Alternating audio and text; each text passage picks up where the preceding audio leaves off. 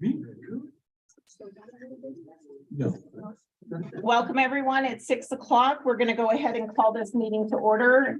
Just so the audience and the people watching on the channel know, I'm calling the meeting to order and we'll run it until we elect officers. And that will be very quick, let me tell you. So at this time, it will be a very quick, I will run the meeting very short time. So Mr. Turner, would you please call the roll? Mrs. Hernandez. Present. Mrs. Cameron. Present. Mr. Kroll. Present. Mr. Orozco. Present. Mrs. Paez. Present. Thank you. And if everyone will please stand for the pledge. Pledge allegiance to the flag of the United States of America and to the republic for which it stands, one nation under God, indivisible, with liberty and justice for all. I salute the flag of the state of New Mexico, the Zenith symbol of perfect friendship among united cultures. Thank you. And my last action of tonight is the election of officers. Mr. Turner will tell you the process and then we will get started with that. Superintendent Chavez, members of the board, the election of officers will take place through nominations. There are ballots in front of you if there are more than one nominees for the office of president. If that is the case, we will go to the ballot, and no ballot is secret, so I would collect them and then we would read them out loud. So with that, the floor is open for the nomination of board president.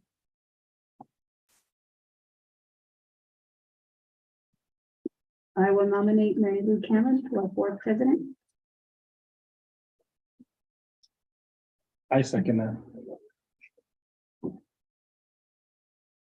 Are there any other nominations? Okay, we have the nomination of Mary Lou Cameron as board president. We will go to roll call vote. Mrs. Hernandez, Yes. Mrs. Cameron, I guess I'll vote yes. Mr. Kroll, Yes. Mr. Orozco, Yes. and Mrs. Paez. Yes. Ladies and gentlemen, we have a. Congratulations. Thank you tonight.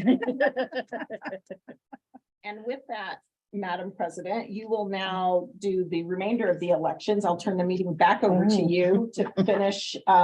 You will call for nominations for vice president and then secretary. I'd just like to say thank you for your faith that I can do this. So appreciate it. Okay. The next election is for vice president. Do we have nominations? Nominate Ms. Paez. Okay, Ms. Paez, do we have other nominations? I nominate Mrs. Paez too. Okay, would you like to second that? We will need a second for nomination. Yeah. Second. Yeah. We have a motion second. Any other candidates for vice president? Are there any other candidates? If not, we will Roll call. have a roll call. Mrs. Hernandez, Yes. Mrs. Cameron, Yes. Mr. Kroll, Yes. Mr. Orozco, Yes. and Mrs. Paez. Yes. Okay. Congratulations. Congratulations. Okay, the next one is the ballot for secretary. Do we have nominations for secretary? I'll nominate Daniel Kroll. Okay, Daniel Crowe. Do we have other nominations? Mr. Turner, did you say we need a second or we don't need a second? You do not for nominations. I'll tell you. Do we have other nominations? If not, shall we have a roll call, please? Okay. Mrs. Hernandez, Yes. Mrs. Cameron, Yes. Mr. Kroll, Yes. Mr. Orozco, Yes. and Mrs. I Paez. should have said Yes. maybe. Maybe. You don't get this done. Congratulations. Thank you. And Madam President, Mr. Troll will now take the roll call votes for the remaining of the agenda. Okay, well, I appreciate your confidence and hopefully that you will keep me on the right track because y'all are all very competent. Okay, the next then is the approval of our agenda. Do we have a motion to approve the agenda? I'll make the motion. Oh, I'm supposed to ask if there's some changes. I'll We- second it. We have a motion and a second for approval of the agenda. Could we have a roll call, please? Yes, ma'am. Mr. Roscoe? Yes. Mrs. Paez? Yes. Mrs. Hernandez? Yes. Mrs. Cameron? Yes. Mr. Crowe, yes. Okay, we have approved our agenda for tonight. Okay, our next are reports, special board recognition. Yes, Madam President, members of the board, when we learned that our football coach of many years and different programs and influence is retiring, and we're looking for not a replacement, just another person to take over. There's no way to replace Mr. Simmons. It was recommended that the board had asked to recognize him. And so tonight I would like to present to Coach Simmons this plaque on behalf of the board, if you'd like to come around. It says the Deming Board of Education appreciates your dedication to the Wildcat football program and our student athletes, that has his record here. And we are so grateful. I went to school with this guy. I have stories. So do I. FFA, lines blades. So,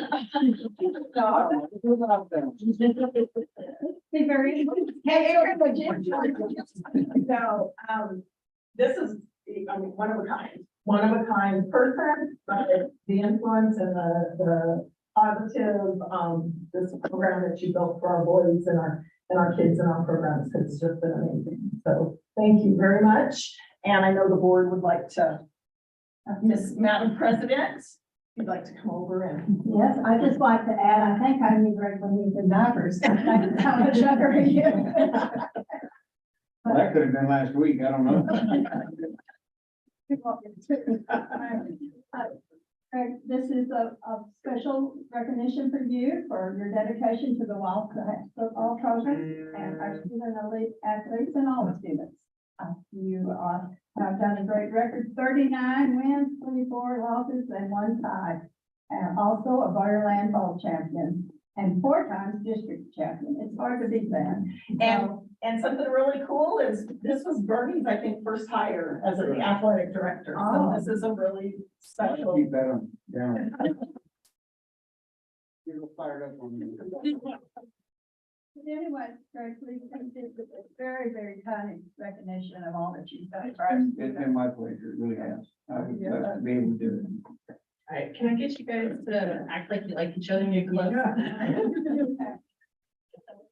Thank you. I can actually. It's not. Oh, no, you did. It was just too spread out. I couldn't get a good one. All right, smile big, guys. One more for good measure. Thank you so much.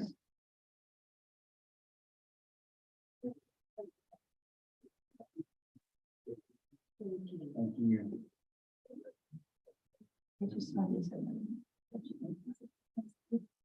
And so. Thank you.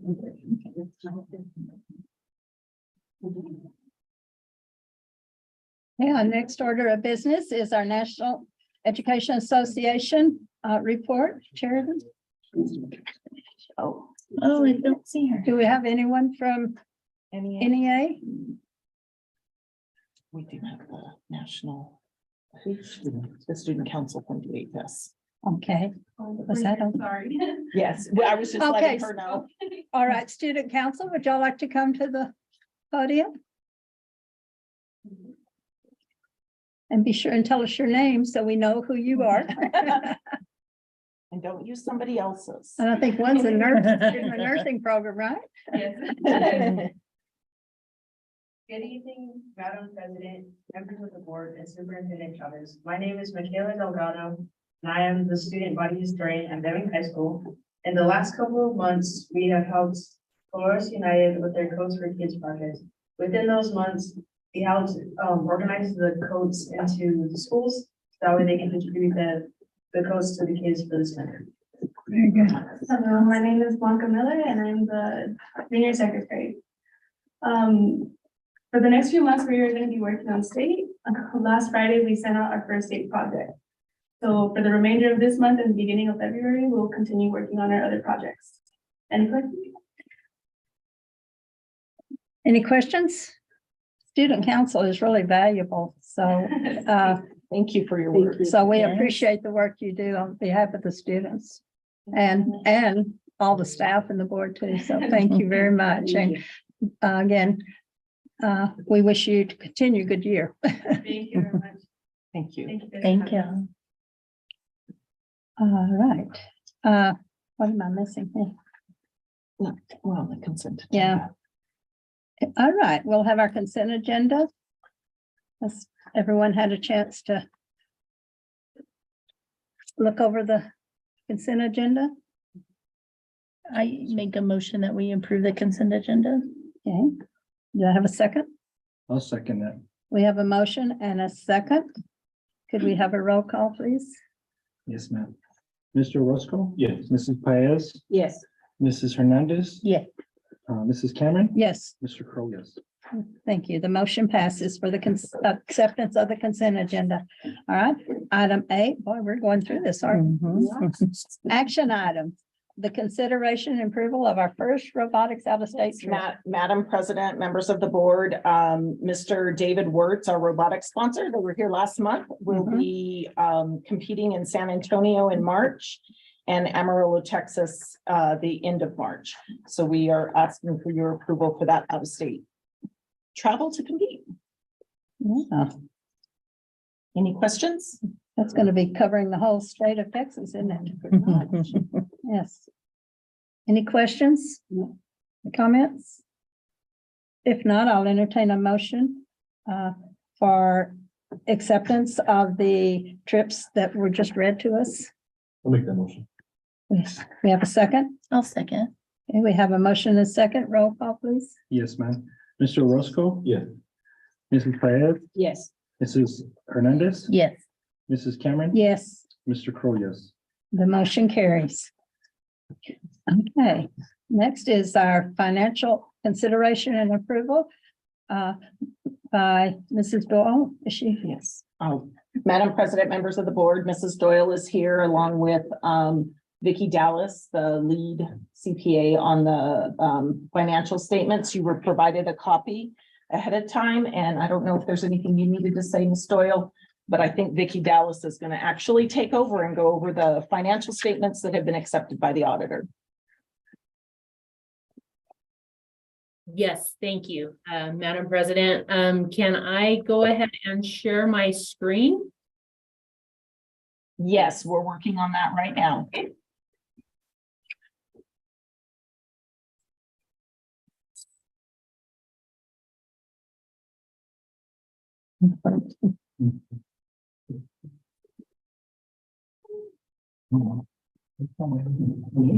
Okay, you should be ready to go, Vicki. Okay.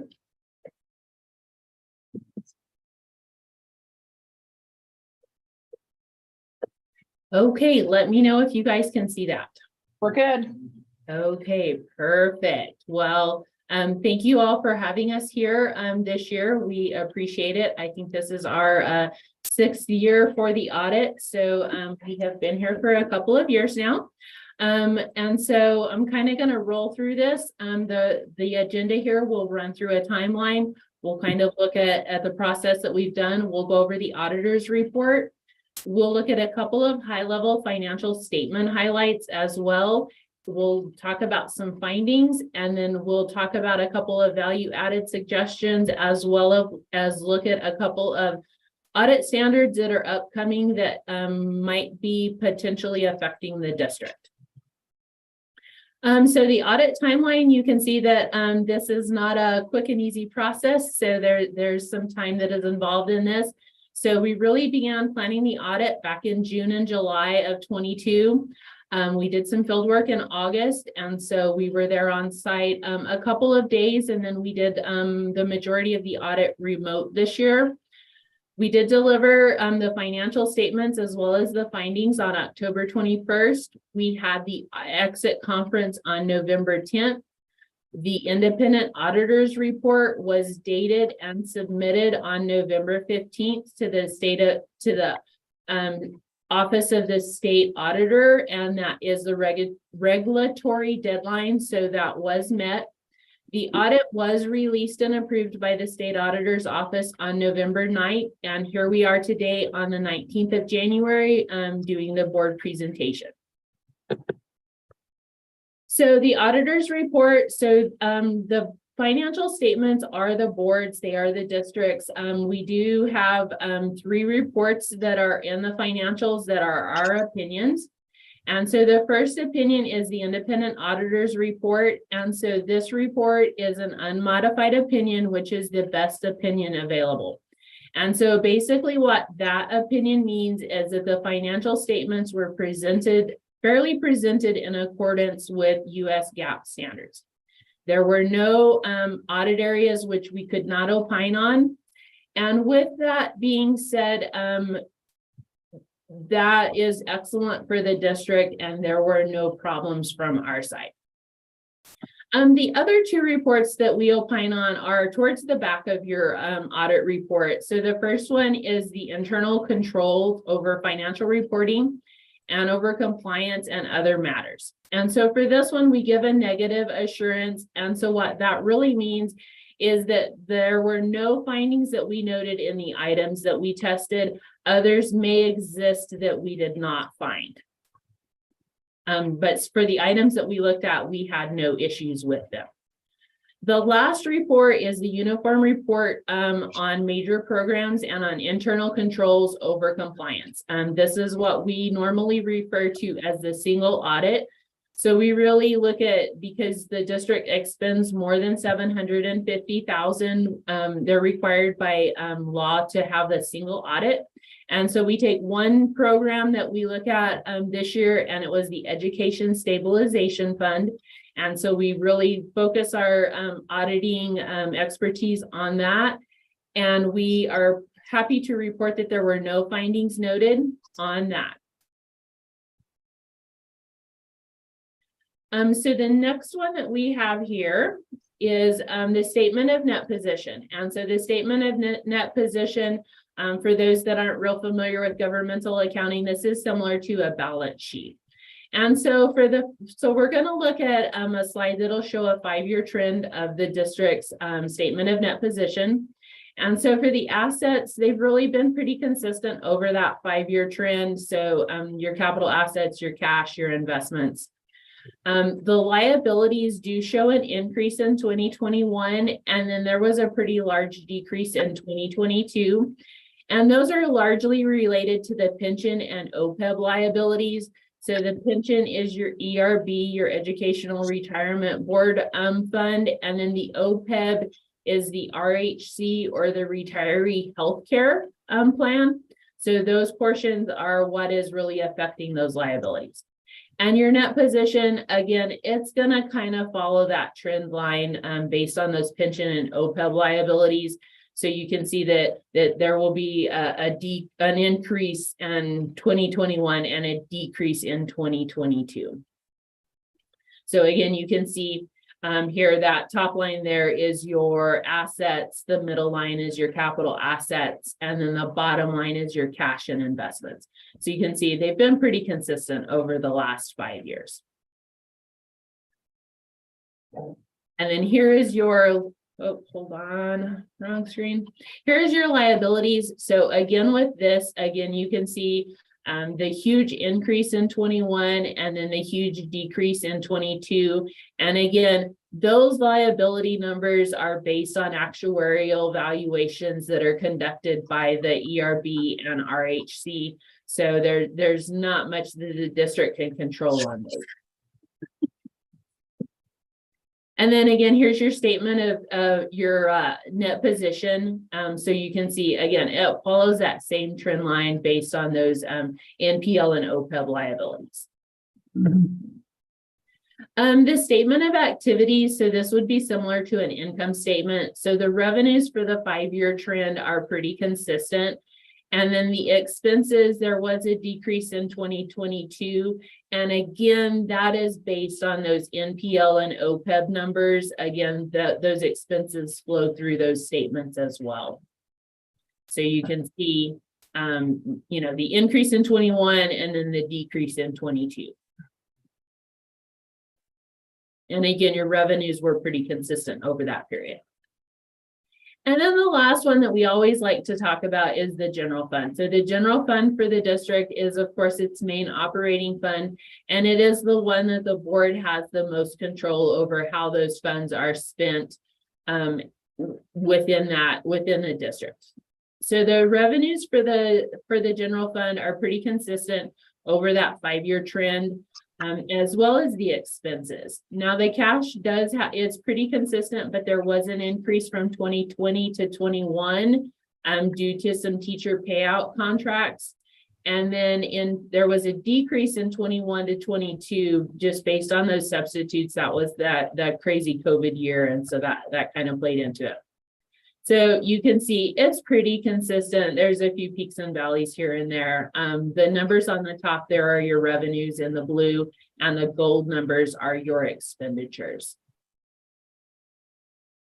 And so here are your cash and investments for the general fund. Again, they're fairly consistent, but they have been increasing over the last couple of years.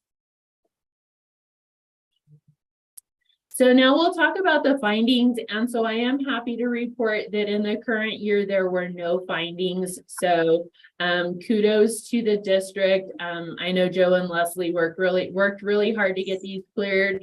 But I will also say that it is a team effort. And so there were some findings that got addressed by different departments. But again, you know, great job to the district. I will say that I don't have a lot of districts that have no findings. So y'all are right up there on the top of my favorite client list. So I think we should applaud. yeah, very good job to the district. And then I also do like to just kind of take a step back and think about where we've come. And so last year there were 3 findings. So there was a other matter, which would be an NMSA finding. And then there was a budget finding that was resolved in the current year.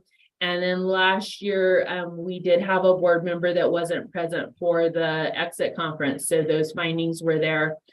So that those all got taken care of, and we had none of those repeat for this year. We all learned from that. Yes, definitely.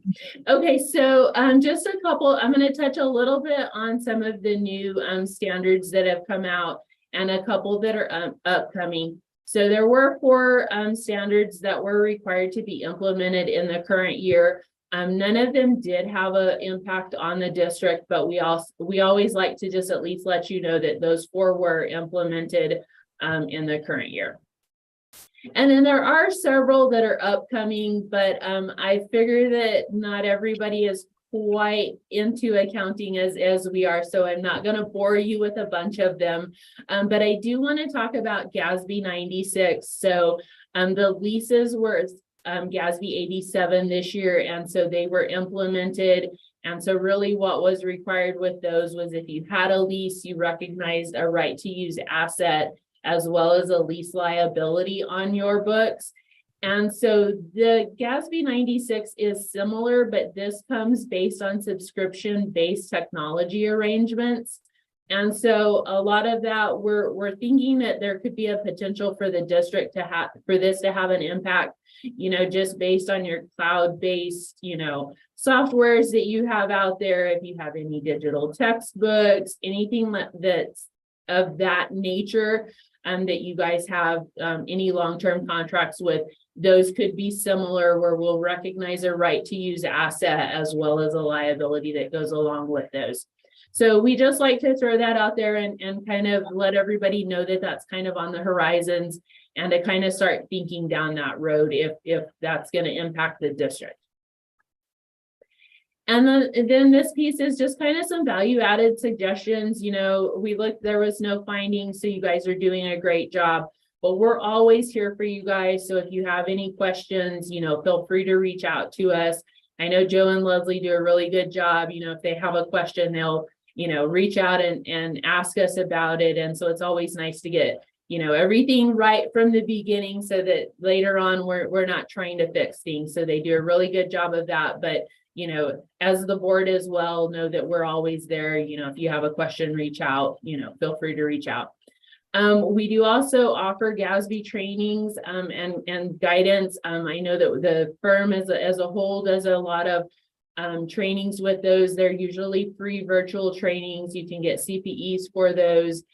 Joe and Leslie should be getting those as, you know, emails that they can register and sign up for. But if there's anything specific that you guys need help with, again, feel free to reach out and let us know. The same with grants. You know, you guys get a lot of federal grants with lots of compliance requirements. And so we have a really robust grants department here, you know, in our firm. So if you have questions or if there's any guidance that we could provide, please feel free to reach out to us.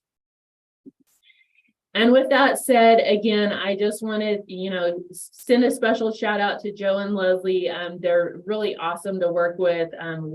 We always look forward to Deming Public Schools coming up on our audit schedule and to get to work with them and as well as their team and the whole district. You know, we really appreciate that. We appreciate the opportunity to get to serve you guys and we value our relationship and we really hope that we can continue to build on that.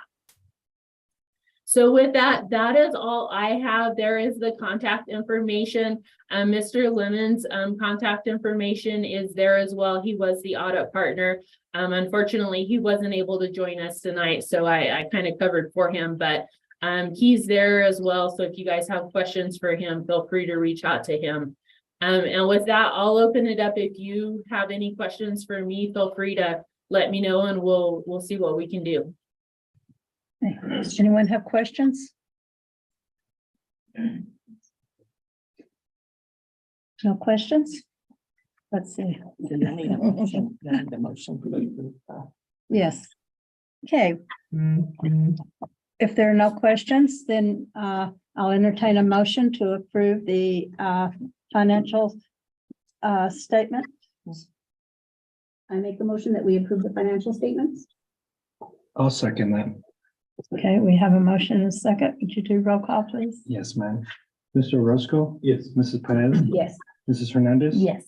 Mrs. Cameron? Yes. Mr. Crow, yes. Okay, the motion passes. Thank you. Thank you, guys. Appreciate it. Thank everyone. Thank you, guys. Have a great rest of the meeting. Thank you. Yes. But thank you, Vicky. All right, bye-bye.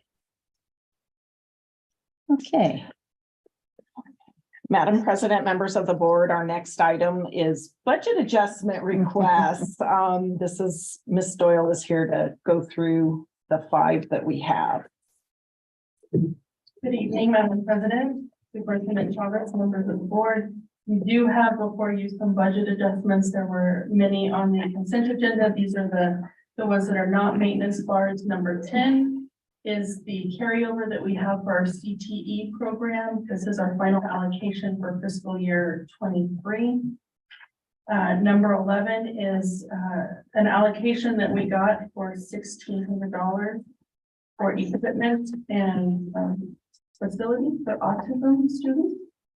We were thankful to get it, although not sure what it is that we can do facilities wise for $1,600, but nonetheless, we will do what we can and utilize it to the utmost benefit of our students.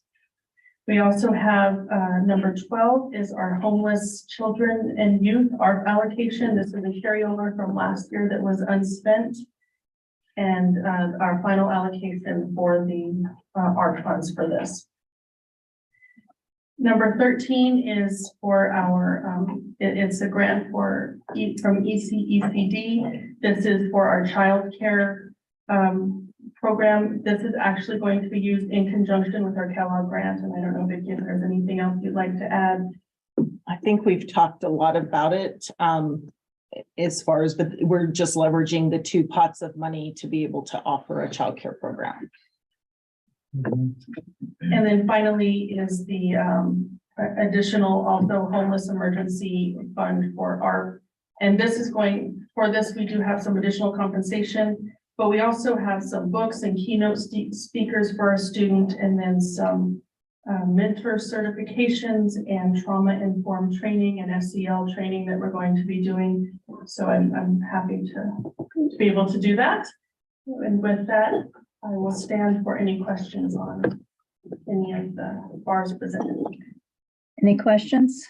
No, I just had a comment though. I just wanted to thank you, Leslie, for the, the audit. That was awesome. Yeah, Yes. that's Yeah, awesome. I know it's not easy. It's a big district and a lot going on. And so we really, really appreciate this. Yeah, it takes a team. It's not just me. There's a lot of people even in this room that help, but I have a great team. We've come a long way. Just put it that way. Took me 5 years to get there. But I got there. Yeah. That's right. And that's what they say, success. You just build on what you've done before, but think you've reached the rooftop now. Any other Thank you. comments? I appreciate that.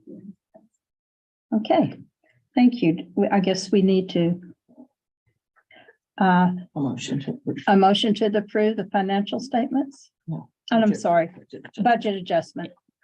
I'll make that motion. I'll second. We have a motion and a second. Roll call, please, Dan. Yes, ma'am. Mr. Roscoe? Yes. Mrs. Paez? Yes. Mrs. Hernandez? Yes. Mrs. Cameron? Yes, Mr. Crowe, yes. okay, the motion passes. Thank you. Thank you. Thank you. You set a bar now, so. I know. You know, that's- No going back. That's right. Your mouth. And I promise that person that didn't go to the committee won't happen again. It was an emergency. We're good. Result. So Madam President, members of the board, the next item on the agenda is consideration for approval of the grant agreement between Deming Public Schools and the Department of Game and Fish. And this was for the after-school hunter safety course. Miss Jessica Echeverry is here and had discussed it, I believe, in December initially or November. Before we did the application, we came and talked to you guys a little bit about that. So, hunter safety program. And we have been approved, as long as you approve the grant agreement, for them to reimburse us $2,600 for facilitating the program, which that will cover the staff expenses for teaching the program after school. How many took part in this? Do you know? This is to start. Oh, to start, To okay. start. So okay. this is the grant agreement, so we can start. Once this is signed, we will actually start for the program. And they'll be reimbursing us after the program is completed. Thank you. Any other questions? I'll make a motion to approve it. Do we have a second? I'll second that.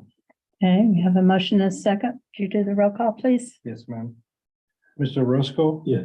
Mrs. Paez? Yes. Mrs. Hernandez? Yes. Mrs. Cameron? Yes. Mr. Crowe, yes. Thank you guys. And the very motion much. carries. Thank you. Thank you. So Madam President, members of the board, our next item, action E, under the action items E, is approval of the lease of air rights between Deming Public Schools and Messiah Park Services. And Miss Babstoffer, George O, and George Wirtz have been actively involved in facilitating this and bringing it to this point. So I'll just turn it over to you, Miss.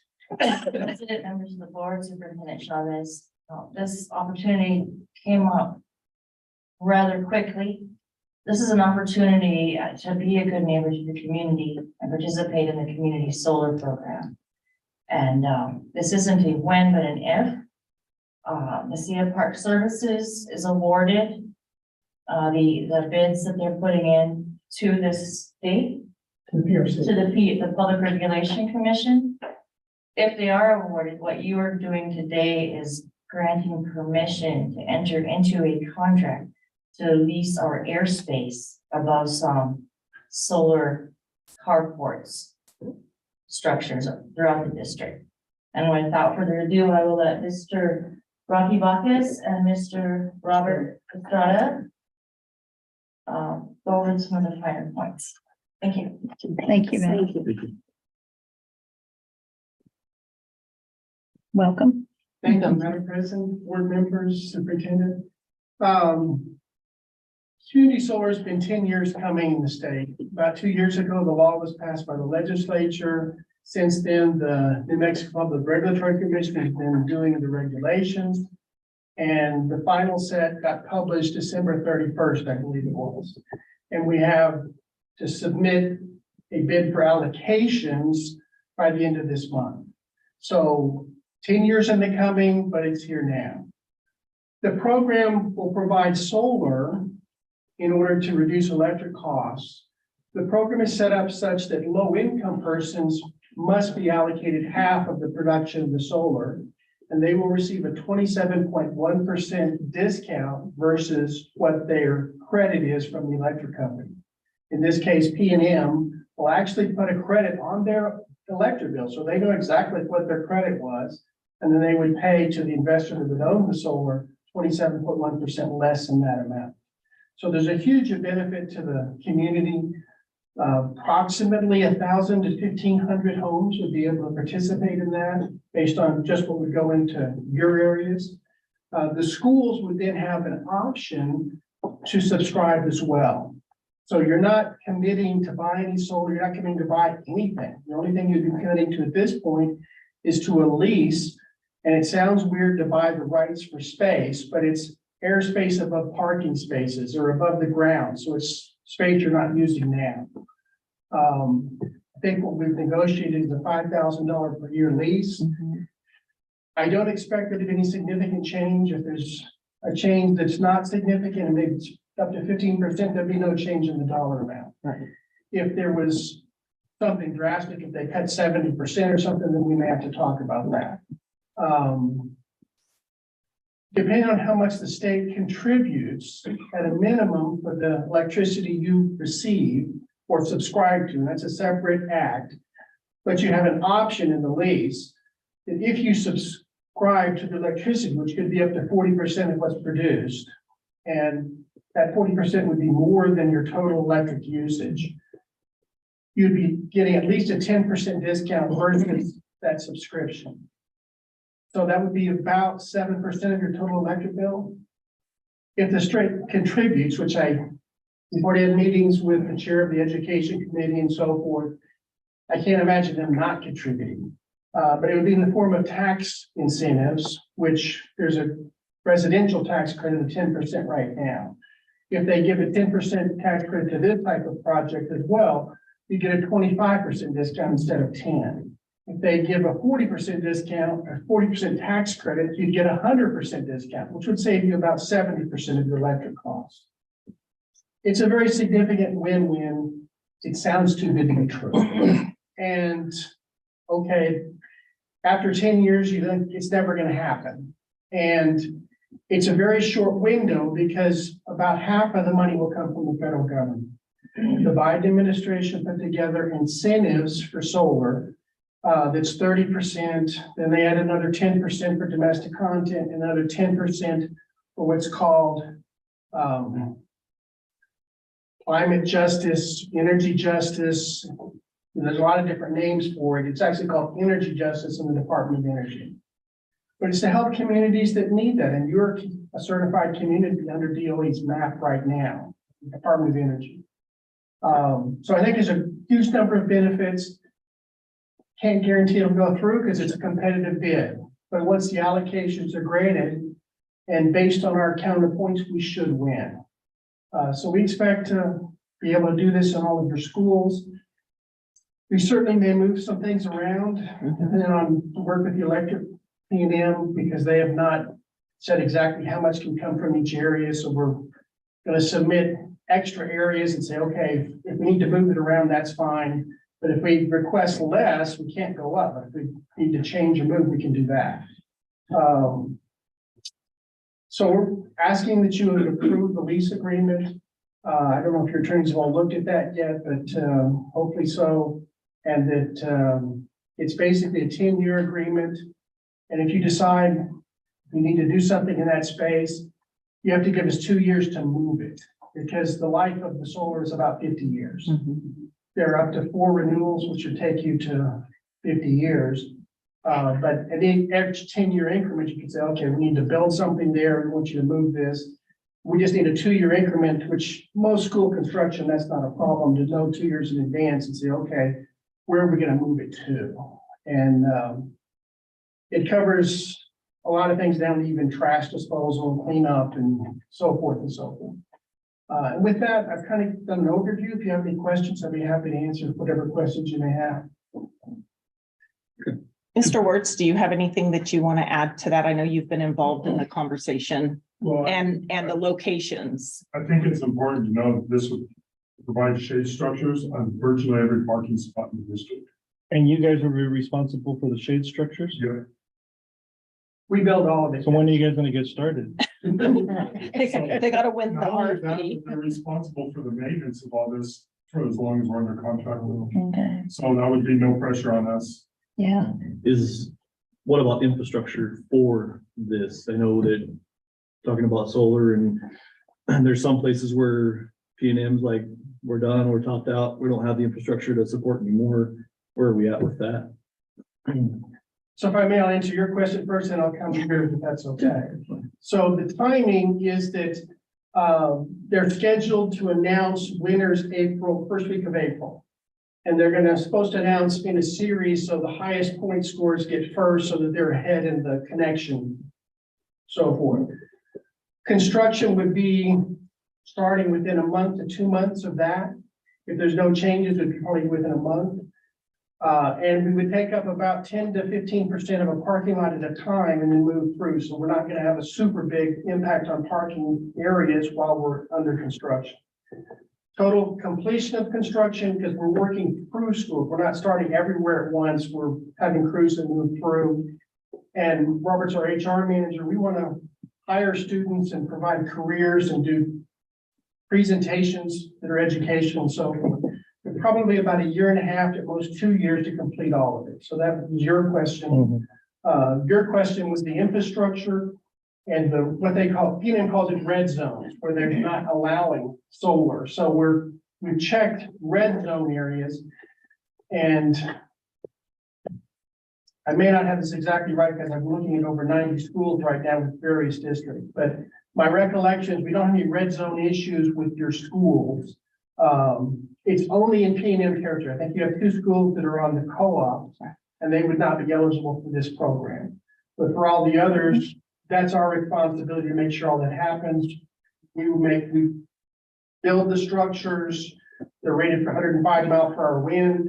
All everything's engineering stamped. Connections to the school itself to the electric is either a trench or boring, depending on what works better and distances and things of that nature.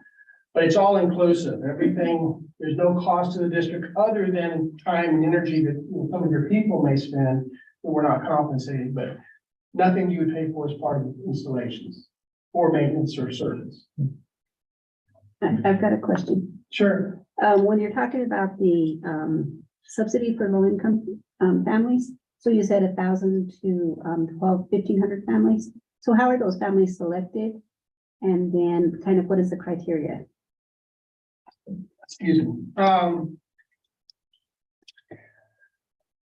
I believe it's, and again, there's too many programs that I looked at. I can look it up and give you the precise, but I think they have to be less than 200% of the poverty level, and some of them are federal poverty level, some of them are area poverty, and it's 80%. I'd have to go back and look at which is which, but they have to be in some criteria that says they're within that. Now we are primarily right now working with LIHEAP. We're signed up with, in fact, we're one of the pilot companies for a new program that the Department of Energy is doing. It's managing it to make an online sign up just so that it can be done through LIHEAP, but it's folks that are certified in one way. There's about 5 different ways they can get certified, but they have to be certified as qualifying as low income. And then it's a first come, first served basis. So kind of to piggyback on that, that's not something you manage, though. They do that through a different, you guys are supplying the solar energy. They have to apply through that consortium. No, we manage that. Oh, you're also. managing that too. Okay. Okay. so not only is this a benefit for the schools, but for the community as well. Correct. Yes, ma'am. I'm all for it. We're all solar. Also requested a couple of spaces that are in need of canopy. We have kids standing out waiting for buses in the rain or the sunshine, and we've also requested those areas to be under canopy. And, you know, our outlook is at some point, we're gonna have to provide something there anyways. Why not use the space and get it? That's a great point. Yeah. The maintenance and the service, where does that come out of? Where's the office for that to be able to come out and service that? Are we Cruces, El Paso, Albuquerque? So our office is at 600 South Main Street in Mesilla Park, New Mexico. It's about 50-minute drive, part of our normal service territory. We will not own the system. An investment group will own the system, and we will have at least a 5-year contract to do the service. And we expect to have it for 50 years. I won't be here that long, but all of the service and maintenance we do, it has cell connections within the electronics of the system so that it's monitoring itself and sending out messages to do service or whatever may be needed. So that's all. We do the monitoring through the inverter companies actually that set it up on the website. You may have said this at the beginning, other schools that have this program are. It's, as I said, the rules just came out December 31st. So there's not others. doing it. There are multiple districts that we are working with on a very rapid basis. Part of it sounding too good to be true is it's on such a short time frame. But frankly, we're probably the only one that's working with anything other than a solar farm. Solar farms are typically 50 acres. They're tied in through the grid system, and they don't provide the distribution system value that doing it with something like schools does. But we're long-term members of the communities that we're serving, and we want to work with our communities, and we think it's a much better use of the land than taking up 50 acres to put aside, and it actually long-term will cost less because you don't have 2/3 of the major costs. Production is one cost, transmission from there to the cities or areas of use, and then distribution are the 3 main areas. We're at the far end, so we're eliminating a lot more cost. And it's also, it would be hard for it to be financially feasible without the federal government, and regardless of political views, there's a huge incentive, but it's only for 2 years. It's got to be done in 23 and 24, and then it's up to federal Congress to see if they want to do these kind of incentives again. Can I ask a bit? Sure. So is it a partnership that is, right now, it's just public schools, or is it universities, hospitals, city government buildings and things like that? There is no limit on where we can put solar and be part of this program. We just have to have a commitment that we can submit by the end of this month. So it's a pretty tight time frame for people that we have not approached. And ultimately, I made the decision that I thought working with schools would make the most sense. And I know that the state has wanted to do that. And I think the state will provide additional incentive very readily to do solar for schools. I don't know that the state would do the same for other entities. They might and they might not. I mean, they certainly do it for residential, but I think they're going to do a higher percentage for schools. So the vote for tonight is just that we're on board, and then you come back with some type of design to let us take a look and see if that's going to be feasible for the schools. It's more than that. The designs we've already provided. So we've got a set of all the designs. If you want to look at them, that you can look at right now, with the locations of all the panels where every school has already been done. Go ahead. If I could add, the vote is for permission for the school district to enter a contract to lease our airspace above the shade structures for $5,000 a year. That's 5,000 for every single school? No, That's total. That's a year for the airspace lease. Originally, they had offered 500. And after Mr. Aru had some conversations, they agreed to 5,000 a year. That's not bad. Is there also a percentage? Well, if we were to, Utility. we would probably not go into the consortium Yeah. because of the agreement that was already in place with P&M with that solar farm that's in northern New Mexico, that was in place when we all came in Right. prior to, so it would not probably be any benefit for us to jump into the consortium. Thank But you. we're gonna look at that. We don't know. This is not saying we're gonna get into the consortium. This is just saying that we are going to support the project if they're awarded. That's what the vote tonight is for. Madam President, members of the board, Superintendent Chavez. So there is a variety of sites that we provided Yellowbird services that we were looking at. As Mr. Wertz commented before, some of those additional sites included some shade structures for our students at the bus stops. But we are also looking at some shade over at our transportation yard, right? So our buses are sitting out there in the sun 24 hours a day. So we're looking at possibly doing something over there at transportation as well and technology. And another, at another point, Rocky, you've been working through the same proposal and process with Streetsville Public Schools, Independent School District, Lordsburg, Silver City, Cobra. So it isn't just us, and again, this is a community solar project. We're not gonna be making money on selling solar to PNM. It's a little bit different, contributing to reducing demand off the grid for moonshine. And we're getting structures out of it. Right. We're getting, And these samples that you see on the screen are just a sample of what the design would look like. Like it's the Walmart, right? Whereas in tier Tier C, C. that's what I was thinking too. All Arizona is like that, all of Tucson, basically every place has shade. Right. that covers it. Mhm. Yeah. Yeah, I And think it's that's nothing against you, it just, I mean, we've had other presentations for solar, correct, in Since I've been here. the one. We did, one a oh, I couple of was months not ago? at that. Yeah, we Sorry. sorted that out. It was Mrs. Parnell, but yes, we have. this is So- actually our third. Third. Third, okay. Yeah. So, I mean, and it's nothing against you guys, it just, where do we ever get to a point where it's too much, or we get to a point where we're so overwhelmed with it that we don't know where to draw the line? I mean, I'm just kind of putting that out. So there, again, you know. those were all if they were awarded certain grants, which at this point, we don't know anything, correct?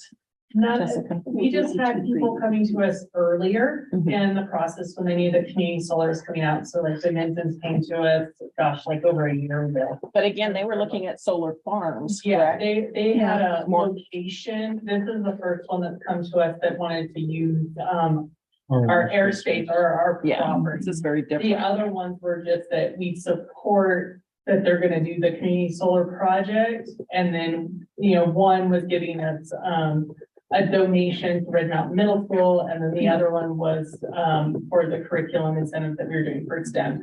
So basically, we benefit if any of these three companies use the community solar contract, if they are awarded to them. And so what are the two schools it doesn't cover? Columbus and RST. Oh, Did I say that right? Okay. Why is the reason? that they- Because they're on cooperative, Columbus cooperative. It's, oh, okay. yeah. So are there gonna be other companies that are gonna, No, this is it. this is it? I don't think For this anybody else has time. Yeah, there's no Because it's time. It's due, due the end of this like month. next Oh, week. yeah. No, I'm just asking though. I didn't know if it's gonna be a lineup of everyone wanting to present and you have to, No, the majority of them came to us too. yeah.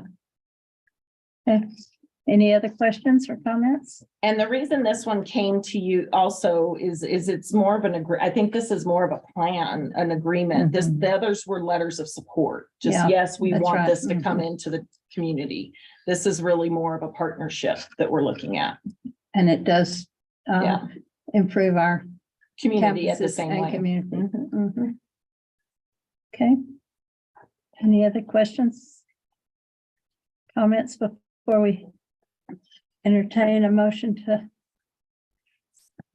I'll make a motion to approve the lease air rights between Deming Public Schools and Messiah Park Services. I'll second that. we have a motion and a second. Any other discussion? Hearing none, would you take the roll call, please? Yes, ma'am. Mr. Orozco, Yeah, Ms. Perez, Yes. Mrs. Hernandez. Yes. Mrs. Cameron. Yes. Mr. Crowe, yes. Okay. Get you a sign. Thank you so Motion much. passes. Thank you. Thank Appreciate you. your time. Will we see more Appreciate of you? Appreciate it. Thank you. Thank you. Thank you Thank- very much. I'm telling Uh, you, that would be perfect, huh? Okay. Next item? Madam President, members of the board, our next item for consideration is item F. And it is the Title III immigrant funding application and and I want to say Andy, and then I see Andrea Chavez is from the Department of Equity is here to give us an overview. Department of Equity from, Bilingual, it's the Bilingual and Equity Department. oh, I can't, It's Deming Public. I'm Schools. having a hard time getting that into my head. It's just a new department name. since Yeah. you've been Yeah. here. Madam President, member of the board, Superintendent Chavez. The immigrant grant, we became eligible a little bit late this year. Normally you have to have an increase in immigrants in order to be eligible for the grant. The state notified me that nobody in the state was qualified for it for last year. For us particularly, it was remote. When we went remote, we lost several of our immigrant students, so we had a decline. So August, September maybe, we reached out and asked, what's going on with this grant? And so they told me if you can increase your immigrants by 80 days, we'll open up the grant. So we went through, we checked, double checked records, made sure everything was fixed. We called secretaries, make sure all our records are right, and we had an influx. So they are awarding it, well, if we get it, which is a competitive grant, they're awarding us $100,000. Wow. So we are taking a little different. We used to run a new arrival program out of this grant. This year, we're going to focus more on parent engagement. So we are going to be doing FLI, which is our Family Leadership Institute. We're going to be sending 3 members to get trained. We have one from, we're hoping to put this at Red Mountain Middle School. That is the area that has more of our parents that we're wanting to focus on as far as immigrants and students who are also at high risk and parents that we haven't been able to engage with. So that's what we're focusing on that area. We're gonna send 3 of them to be trained, 1 from Red Mountain, and then 1 that we're looking at a retired teacher possibly, that can come do some contract work for us, as well as our EL mentor who will also be trained. The purpose of sending all 3 is to make sure it sustains. We want to make sure that they start together, they come together and create their curriculum after the training, and they're gonna be able to provide a very in-depth and robust program for our parents. Another part of this is also going to be ESL classes for adults for the same parents. That is one area that we've not reached out to yet, so I'm excited about that. I've had several parents as well as high school students and one Red Mountain student who has reached out wanting more ESL courses. At this time, Western is not providing any, so there is nothing in our community for that. So I'm really excited about that. The last part of it is some software for our students. We're wanting to be able to progress monitor their language in order to help them to be productive, becoming proficient in English. Any questions? No, I just have a comment. Yes. I used to actually facilitate the FLI whenever I was here with the district. So it's a very cultural competent kind of a curriculum. And so it's 10 weeks. So when would you get started, Andrea? So this is my plan, hopefully, maybe for March 1st through the 4th, I believe, is their training. I'm going to give them a month to figure it all out. And we're going to do a mini session to start with. I want all 3 of them to do that session together, because when you go to the training, they don't come back with a PowerPoint or a cookie cutter training. So they're gonna have to build it themselves, which I will help them in the process with that. So I want them to be able to do the last 6-week session of the school year. I want to make sure we get at least 1 training out before the end of the year. And then my plan is for them to have, this is a 27-month grant. So the funding, I make sure is covered for the rest of this year as well as next year. I want them to be able to do 2 sessions each semester. And so it's a parent curriculum. I think you attended. Yes, I Yeah. think I did, yeah. You did have over at Bell School, so that's how we got to know each other. Yeah. But anyway, yeah. I The think- goal of the program is to help parents become more engaged and to be able to help them navigate the school system.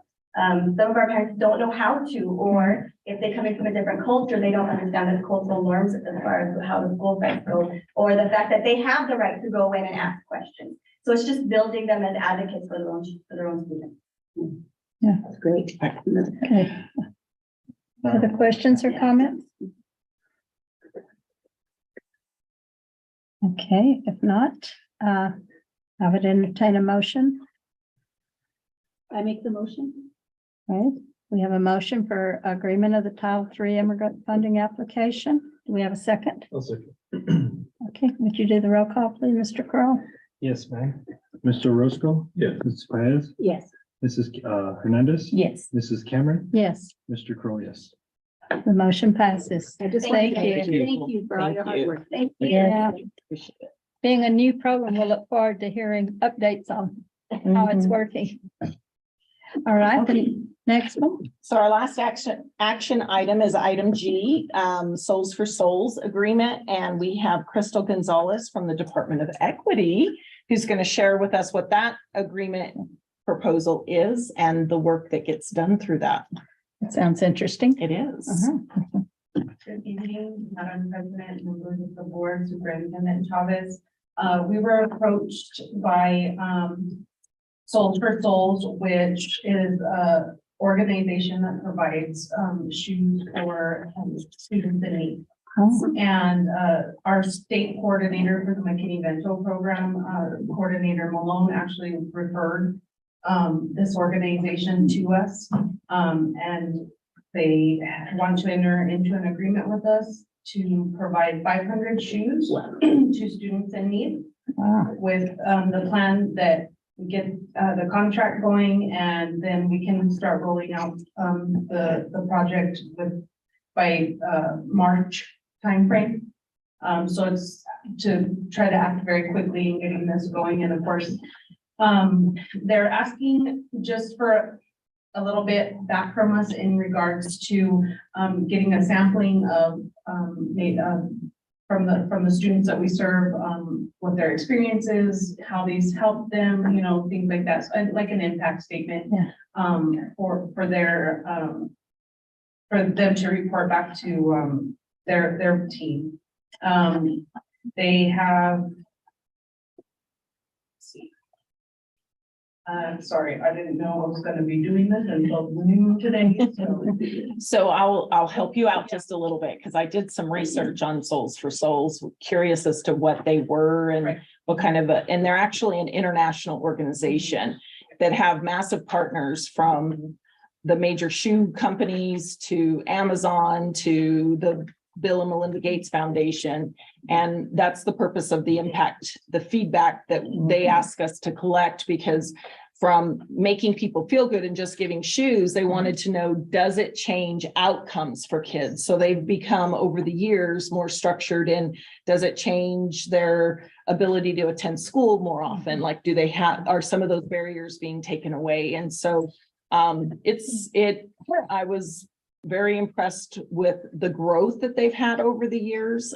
They've been around for quite a while, and they just continue to get additional partners throughout the world that actually support this in monetary, as well as they just donate shoes to them that from their manufacturers. So it's and really it's just a simple partnership with them to be able to get that amount of shoes. And although we're looking at our specific targeted populations of our McKinney-Vento students, should there be a need outside of that, we can serve more. We can certainly serve more because of the fact that we've got 500 shoes that we would be expecting. Yeah. And our student population is roughly 350, 300, 350 at most by the end of the year. So there is that option. Otherwise, we can keep them in, for overflow for the following year to help support these students. I'd say I'm fully supportive. When I was principal at Smith School, there was one family that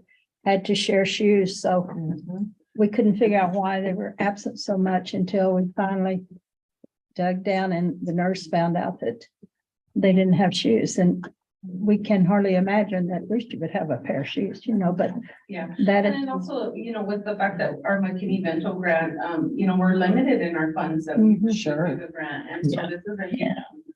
So we were eager to present this and to you all and stand for questions about it because we've just heard, Ms. Turner, the individual who we've been working with, messaged me this morning and was just eager to hear back on whether we go into a partnership with them or not. And, so yeah, I told her, fingers crossed that all goes well and we can continue to serve our students because ultimately that's our goal.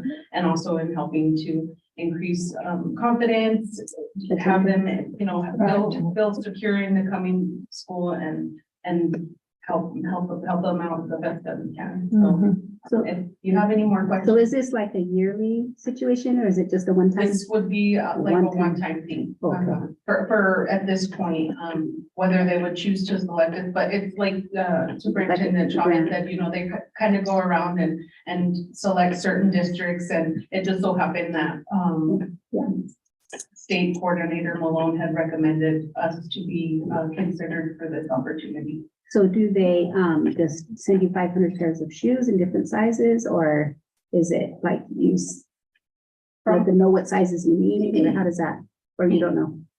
From what I understand, it's just a random amount of sizes, but they usually kind of make sure that they have different varieties, different sizes, things like For that. age groups, generally using the K to 12.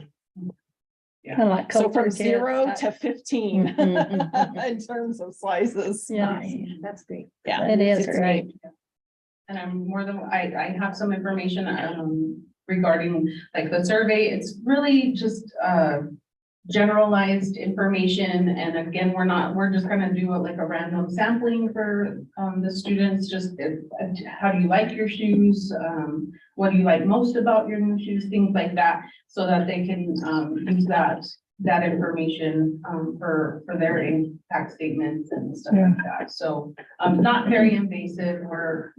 Once we kind of get if we get approval on this, then we'll start doing the logistical part, when and how we're gonna roll this project out. I think it's great. Yeah, good. We were actually very excited to learn about this opportunity. Right. So we definitely want to take advantage of this.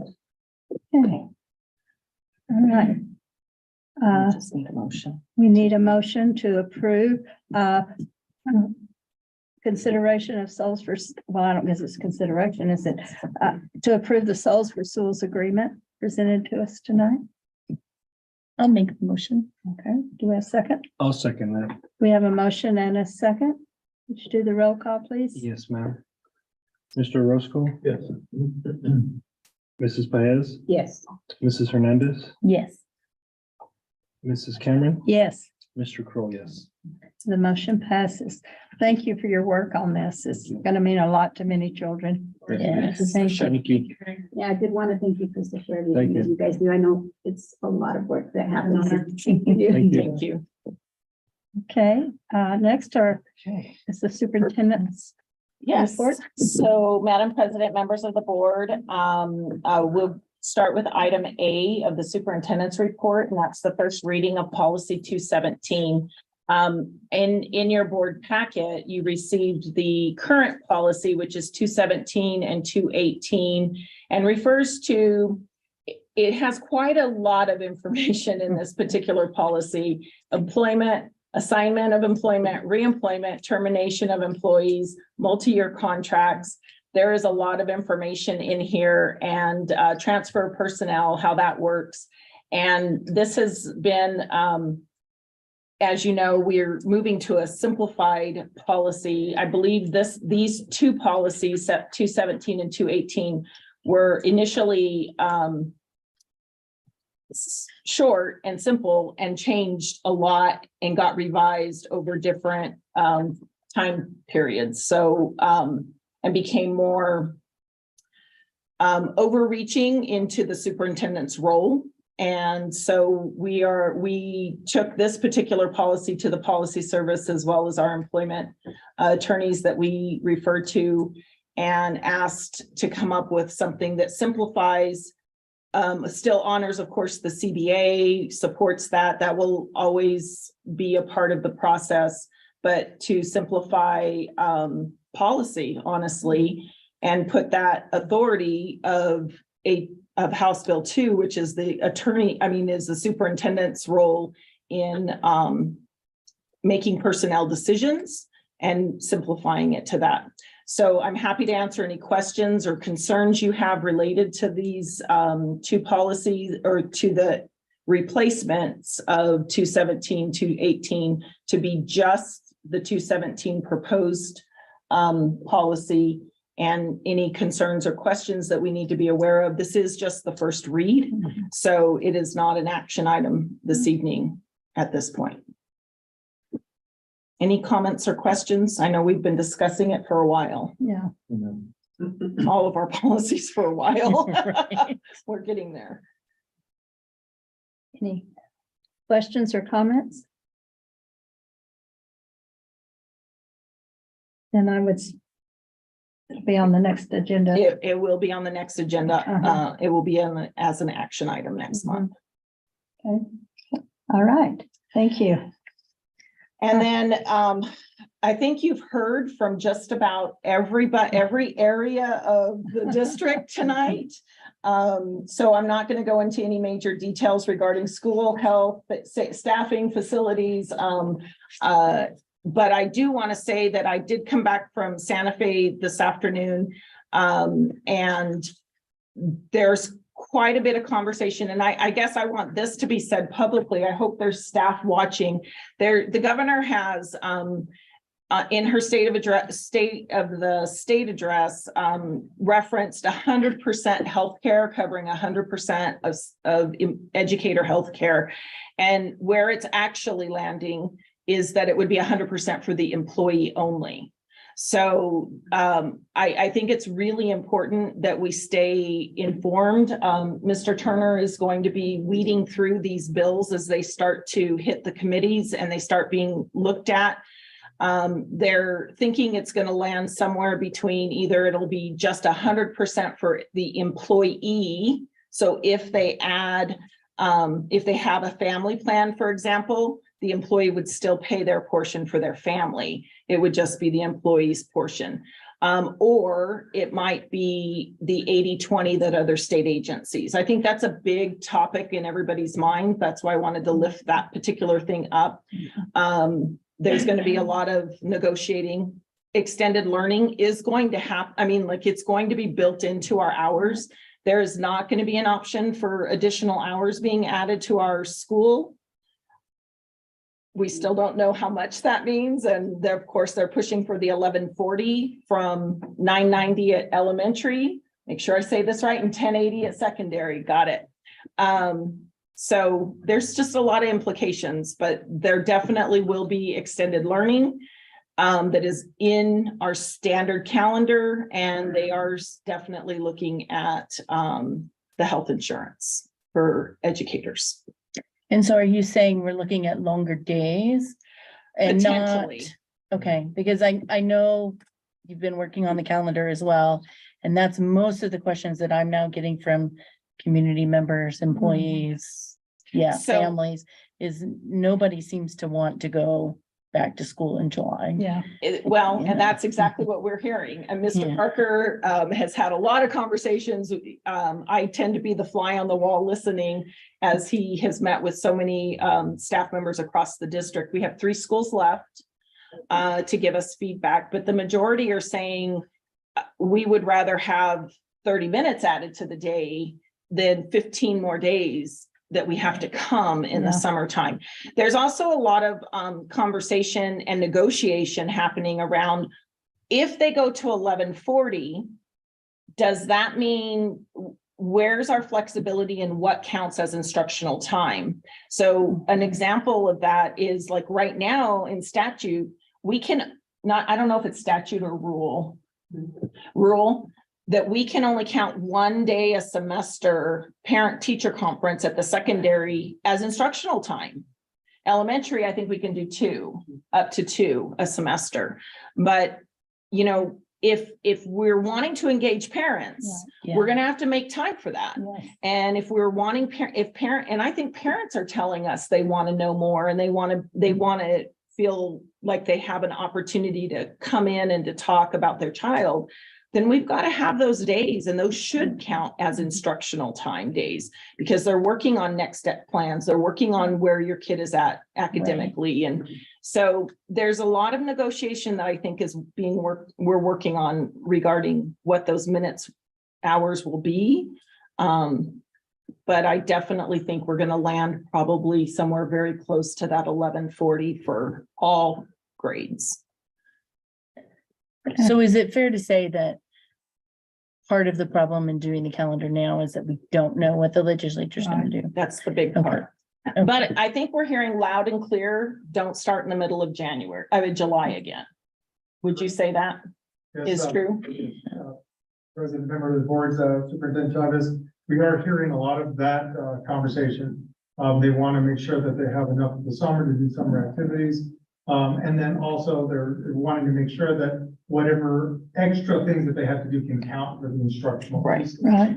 So what the Superintendent Chavez was indicating, they want to make sure that that's embedded as well. They also have indicated they want some flexibility on how the district orients time for internships and other opportunities to connect across the district, which I think is innovative, and having that counts as well, whether they're academic based, whether they're sports programs and things like that, social emotional pieces. They're wanting that flexibility to have that count as well.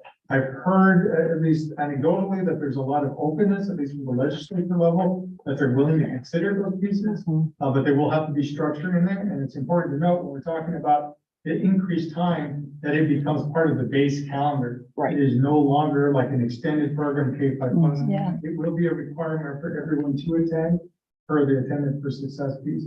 So I think that that's going to be a little bit of a shift for everybody to understand that Right.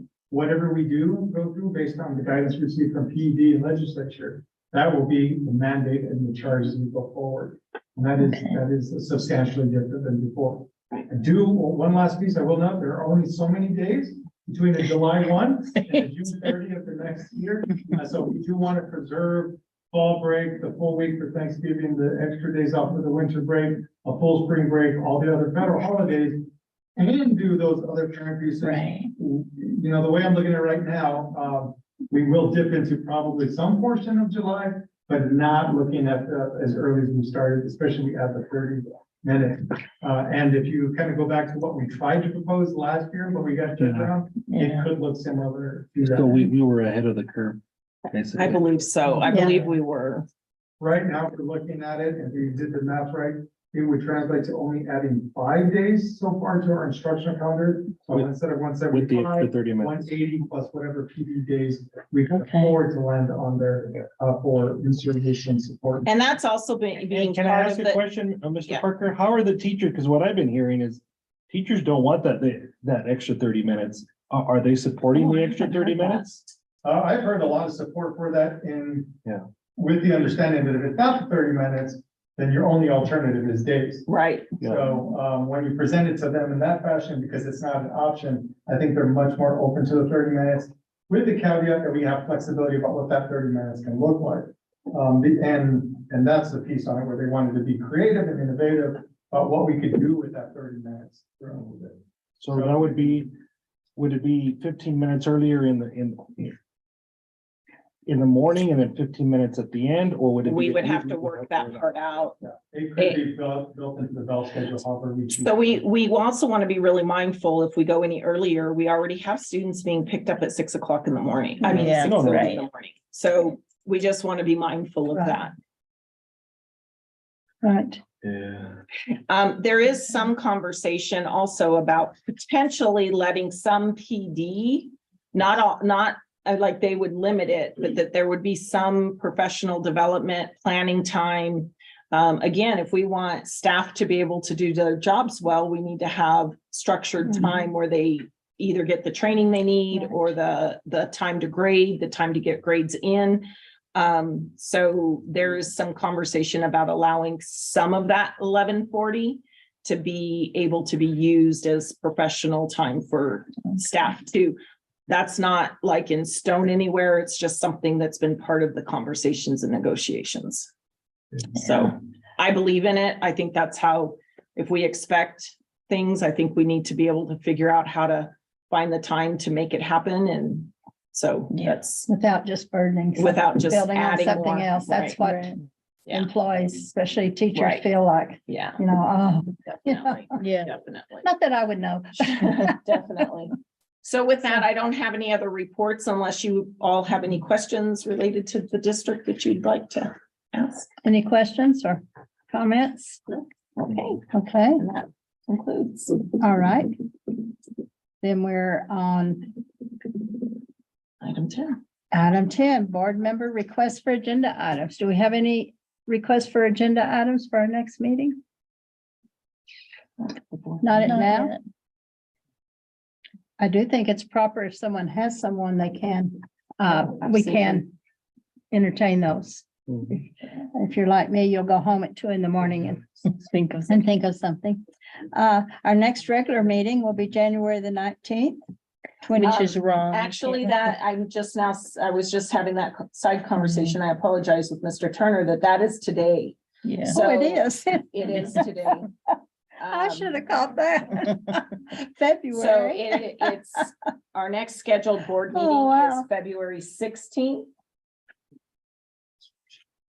But expect a notice for change. That's when Robin and I will be with the high school in at that leadership training that we're going to with their high school. team. Okay. Okay.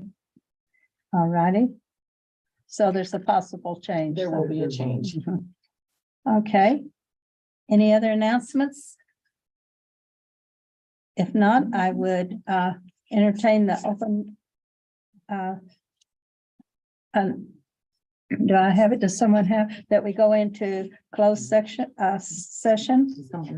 We need to adjourn first. If you go ahead and So, adjourn and move into closed session. okay. We need a motion. This time I'd entertain a motion to adjourn our meeting, open meeting, and move into closed executive session with no action taken at the end. I make that motion. Will you, You want me to- Miss Paez, would you go back and make the motion that specifically reads the information provided? I make a motion that we adjourn this meeting and go into executive session To to discuss. discuss limited personnel matters as Yes. authorized by section 1015(1) H2 of the Open Meetings Act, Specifically, pertaining to evaluation of superintendent. okay, And no action items will be taken in the closed session. okay. Okay. So we need a second. We have a motion and a second. Have a roll call, please. Yes, ma'am. Mr. Roscoe? Yeah. Mrs. Paez? Yes. Mrs. Hernandez? Yes. Mrs. Cameron?